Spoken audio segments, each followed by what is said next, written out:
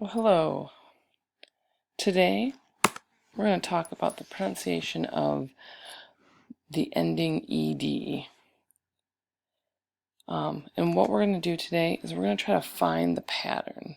Instead of me just continuing to correct you when we come to words, let's take some time to figure out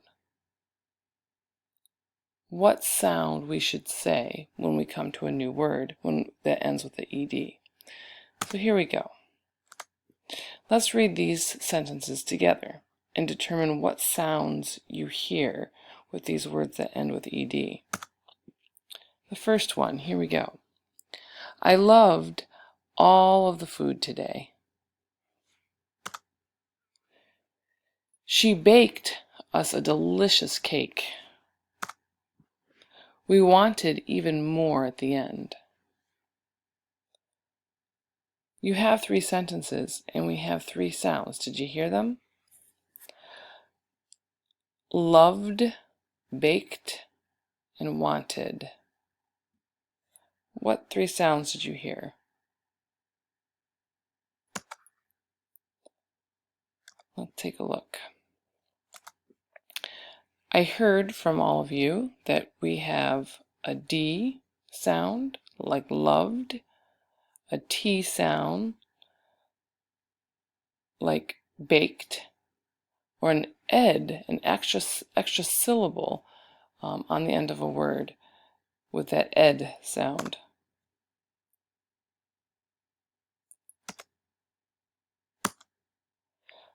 This particular lesson is in conversation and pronunciation is where we can use grammar to help us. We can make and understand the grammatical patterns to help us with our pronunciation. Let's see now if you can find this pattern. Let's find, how do we know which one to use, the D sound, the T sound, or the ed sound? Let's take a look. Here are 3 words. Listen carefully. Filled, picked, needed. Tried, helped, wanted. Is anyone starting to see a pattern here for the 3 columns? Let's try another example. Named, laughed, decided. Let's try another one. Raised, missed, tasted. I see a few of you, yes, are probably figuring out at least one column. Jogged, cached, recorded. Do we see a pattern here in some of these words? What is it that you see? Think about what you see here. Let's start with this. Was one pattern, one sound pattern, easier than the others to see?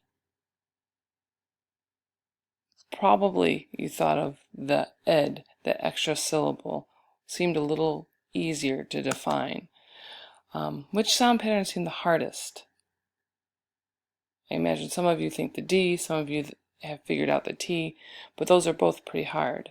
So let's look at the pattern in a little more detail here. Okay, a lot of you, I'm sure, found this to be pretty easy, right? The pattern was the words all ended with a D or a D sound or a T, a T sound. Needed, wanted, decided, tasted, recorded. That one's pretty easy. These patterns, actually you don't even really see a pattern here, but you can see the examples. You have a K sound, a P sound, a F sound, a S sound, and a Sh sound here. And here you have an L sound, an I sound, or an sound, And here you have an S, but it's a Z sound, raised, and a G sound. So let's take a look at the rule. I think you all probably came up with a nice rule for this one. Let's see if we can make sense of this rule here.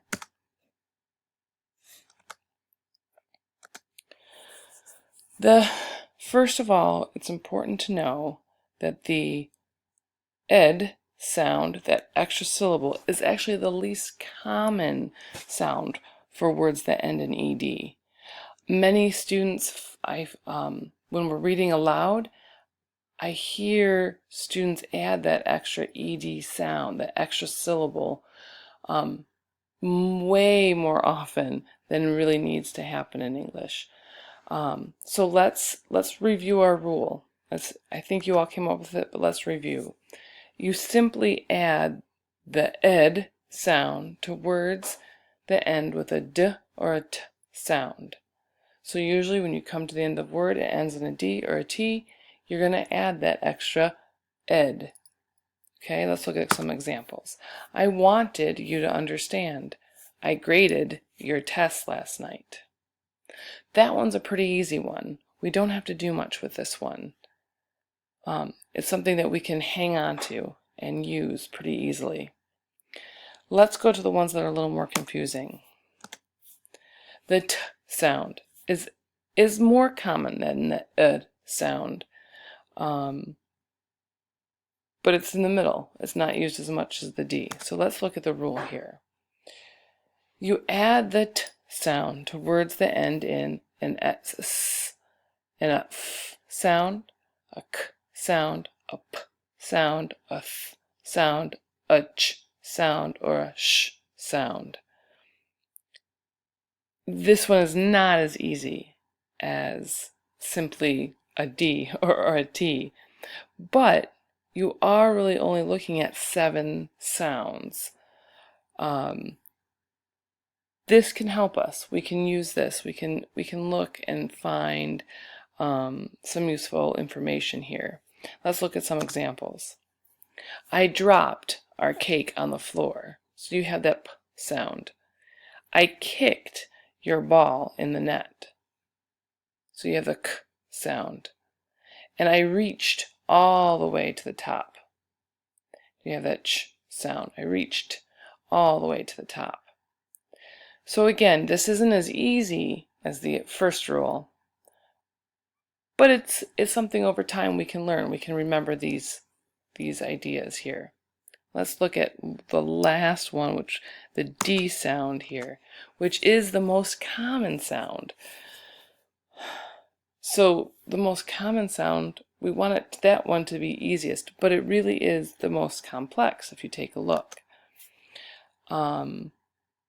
You actually have all of these sounds, the z sound, the v sound, the g, the b, the v, ooh, n, and all the vowels. That's a lot to remember. How am I going to memorize this? The easiest thing to remember is that if you memorize the first rule, which is only add that extra syllable to D and T words, that's part of the battle. Then you know. You don't have to worry about it. And then you go to the next one. Maybe you can memorize those 7 sounds for the t sound. And then after that, you know that really all the other voice sounds are going to have that d sound at the end. So let's look at some examples. I called on the quiet student. I played all the computer games.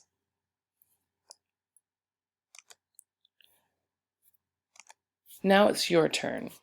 What I want you to do is I want you to practice with your neighbor. Use these practice words, these pattern columns that we practice with, and just turn to your neighbor and take turns saying each one, and really concentrate on the d sound for things like filled, the t sound for things like picked, and the extra syllable id sound here, needed. Okay, go ahead and take a minute and say these to your neighbor. And then once we're done with that, let's add more to our list. Let's reread the article that we had for today, and let's go ahead and do a hunt for some more ED words. And then with our group, let's add those new words to this list. Let's figure out where, which words end with that D sound, which words end with the T sound, and which words add that extra syllable from the words in your story. So take some time to do that, and we'll take a look at the end and make sure we're all hearing the right sounds. Good job. Thank you.